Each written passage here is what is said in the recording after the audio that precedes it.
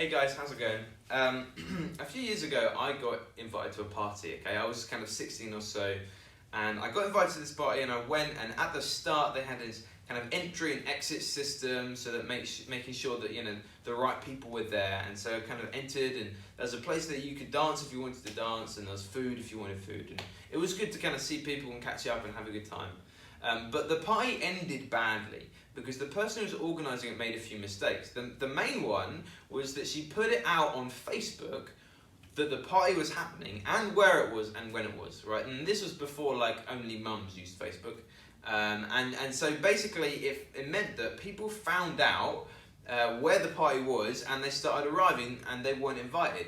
And because they started arriving a bit later, the whole kind of entry-exit thing had stopped working and the person had kind of gone and done whatever. And so they kind of just came on in.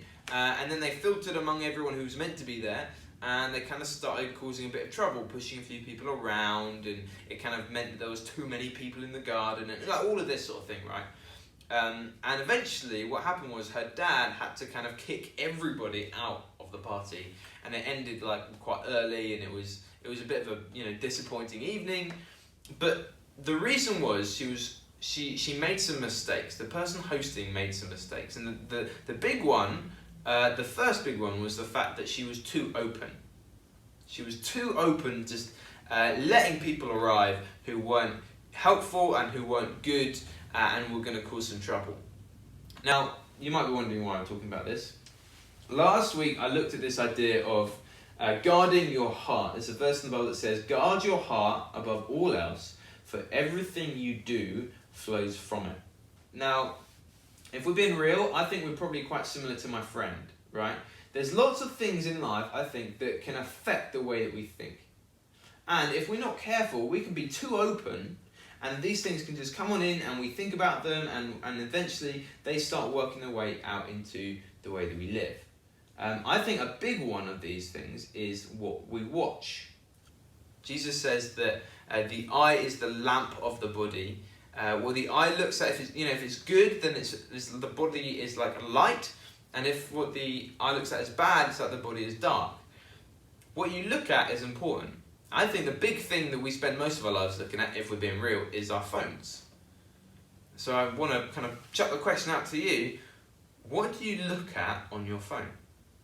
What are your Instagram feeds like? What's your TikTok suggested page like? Or what's your YouTube suggested page like? What kind of shows do you watch on Netflix?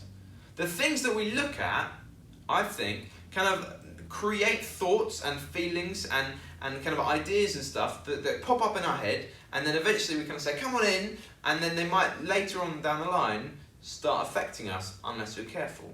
Now, I'm not necessarily saying that every YouTube video can be unhelpful, but what I am saying is that it's worth thinking about whether it's helpful or whether it's not. So, maybe what you could do right now is open up your Instagram feed, or whatever else it might be, TikTok or Netflix, YouTube, whatever, and just have a look at who you follow.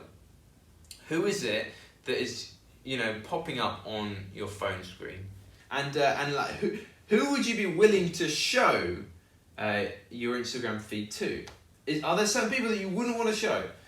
Because that might be a good indication of whether what you're looking at on your phone is helpful or unhelpful. I kind of went through a phase like this a little while ago. I realised that what I look at changes the way that I think, and what I think about makes me act in a certain way. So I kind of shrunk my Instagram feed from however long to a quarter of what it used to be.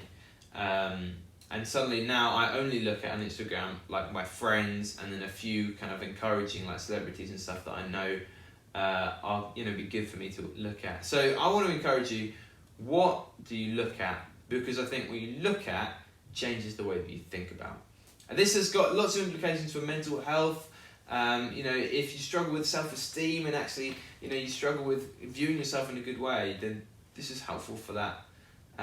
But yeah, this is my question. What do you look at? What are your feeds on various different apps? And are those things that you look at helpful or not? I'll see you around.